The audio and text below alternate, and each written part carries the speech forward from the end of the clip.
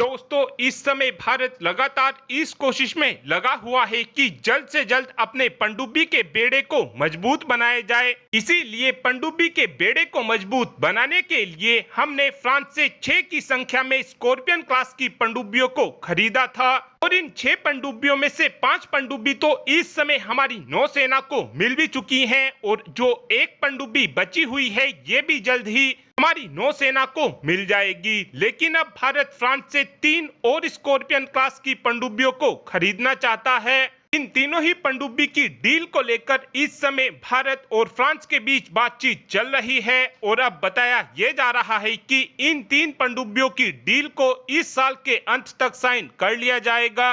Deal sign हो जाने के 5 सालों बाद यानी कि 2029 से ये पनडुब्बी हमको मिलनी भी शुरू हो जाएंगी। इन स्कॉर्पियन क्लास की पनडुब्बियों को भारत के अंदर मजगांव डॉक शिप बिल्डर द्वारा ही बनाया जाएगा। इन पनडुब्बियों के अंदर 60% कंपोनेंट स्वदेशी लगे होंगे और हमारी इन पनडुब्बियों की सबसे खास बात यह होने वाली है कि इन पनडुब्बियों के अंदर स्वदेशी टेक्नोलॉजी के दम पर बनाया गया एयर इंडिपेंडेंट प्रोपल्शन सिस्टम लगाया जाएगा, जिसका फायदा यह होगा कि हमारी पनडुब्बी ज्यादा समय तक पानी में रह सकेंगी। और जैसे ही ये 3 पनडुब्बी हमारी नौसेना को मिल जाएंगी, उसके बाद हमारी नौसेना के पास 9 की संख्या में स्कॉर्पियन क्लास की पनडुब्बी हो जाएंगी।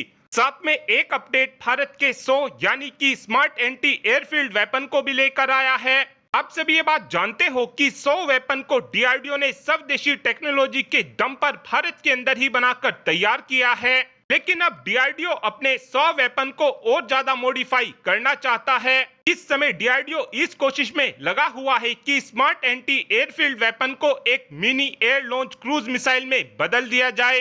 पहले हमारे स्मार्ट एंटी एयरफील्ड वेपन में किसी भी प्रकार का प्रोपल्शन सिस्टम नहीं लगा हुआ था। पहले हमको स्मार्ट एंटी एयरफील्ड वेपन को लॉन्च करना होता था तो उस समय हमको अपने फाइटर जेट को ऊपर लेकर जाना पड़ता था और फिर ऊपर से ही स्मार्ट एंटी एयरफील्ड वेपन को हम ड्रॉप करते थे, जिसके बाद स्मार्ट एंटी एयरफील्ड वेपन के फिन्स खुल जाते थे और फिर ये बॉम्ब ग्लाइड करते हुए टारगेट को हिट करता था।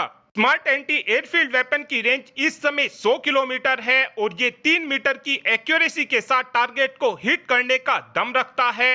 लेकिन अब डीआरडीओ की तरफ से mini air launch cruise missile जैसा जो 100 का वर्जन बनाया जा रहा है, उसके अंदर एक मिनी टर्बोजेट इंजन लगा होगा, जिसका फायदा यह होगा कि जिस समय स्मार्ट एंटी एयरफील्ड वेपन को लॉन्च किया जाएगा उस समय जो 100 वेपन के अंदर मिनी टर्बोजेट इंजन लगा होगा तो हमारी स्मार्ट एंटी एयरफील्ड वेपन को ठीक उसी प्रकार से पावर देगा जैसे एक मिसाइल को पावर दी जाती है। जिसका फायदा हमको यह होगा कि हमारे स्मार्ट एंटी एयरफील्ड वेपन की रेंज 200 किलोमीटर और ज्यादा बढ़ जाएगी, जिसके बाद हमारे स्मार्ट एंटी एयरफील्ड वेपन की रेंज 300 किलोमीटर के आसपास तक हो जाएगी। इस समय डीआरडीओ की तरफ से जो स्मार्ट एंटी एयरफील्ड वेपन का mini air launch cruise missile version बनाया जा रहा है, ये साइज में भी 100 वेपन से बड़ा होगा क्योंकि इसमें मिनी टर्बोजेट इंजन को भी लगाया जाएगा। साथ में ये अपने ज्यादा फ्यूल को कैरी कर सकेगा और भारत का ये हथियार आने वाले समय में चाइना और पाकिस्तान की हालत पूरी तरीके से खराब कर रख देगा।